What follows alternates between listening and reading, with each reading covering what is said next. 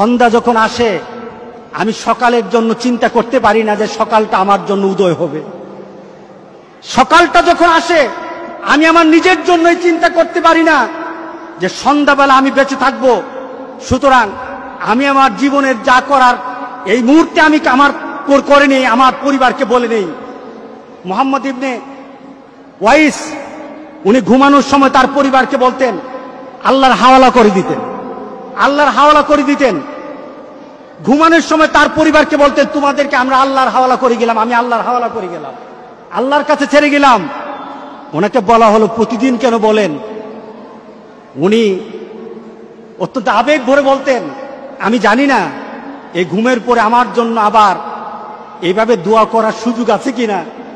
আমরা ঘুম থেকে কোন দোয়া পড়ি? ঘুম থেকে উঠে কোন দোয়া পড়ি? আলহামদুলিল্লাহিল্লাযী আহইয়ানা বাদামা আমাতানা ওয়া ইলাইহিন নুশুর।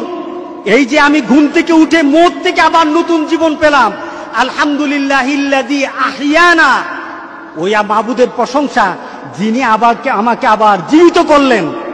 কারণ আমি যখন ঘুমাই তখন আমি মরে যাই, আমি যখন ঘুমাই তখন আমি কি? আমি মরি। আমরা প্রতিদিন তো মরি। আমরা ঘুমের সময় কি দোয়া পড়ি? আল্লাহুম্মা বিইসমিকা আমুতু ওয়া আহইয়া। আপনি কি ঘুমাইতেছেন না মরতেছেন বলেন? হ্যাঁ, এবার দেখি আপনাদেরকে পরীক্ষা নেই দুনিয়ার। আপনি কি ঘুমাতে যাচ্ছেন নাকি মরতে যাইতেছেন? আপনি ঘুমাইতে যাইতেছেন না, কিন্তু দুয়ার মধ্যে কি বলতেছেন?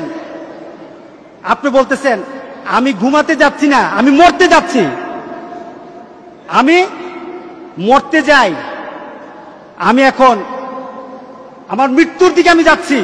আল্লাহুম্মা বিইসমিকা, আয় আল্লাহ আর তোমার নামে, বিইসমিকা আমুতু ওয়া আহইয়া, তোমার নামে মরি আবার তোমার নামে জীবিত হই।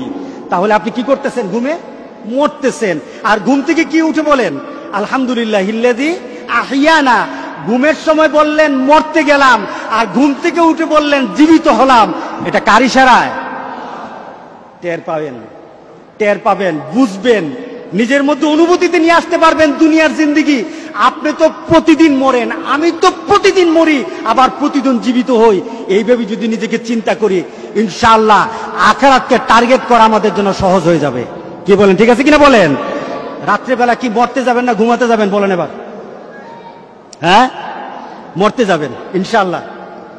জীবিত করবে কে? জীবিত। এই চিন্তা যদি আমাদের মধ্যে চলে আসে ইনশাআল্লাহ জীবন পরিবর্তন হয়ে যাবে। আল্লাহ যেন আমাদের জীবনকে আখিরাতমুখী করে দেন, আমাদের টার্গেট যেন আল্লাহ আখিরাতমুখী করে দেন, আমাদের চিন্তা চেতনা যেন আখিরাতমুখী করে দেন। আমরা যেন আখিরাতকে চিন্তা করে চলতে পারি। দুনিয়াকে যেন আল্লাহ সুবহানাহু ওয়া তাআলা আমাদের সামনে সুন্দর করে তুলে ধরেন।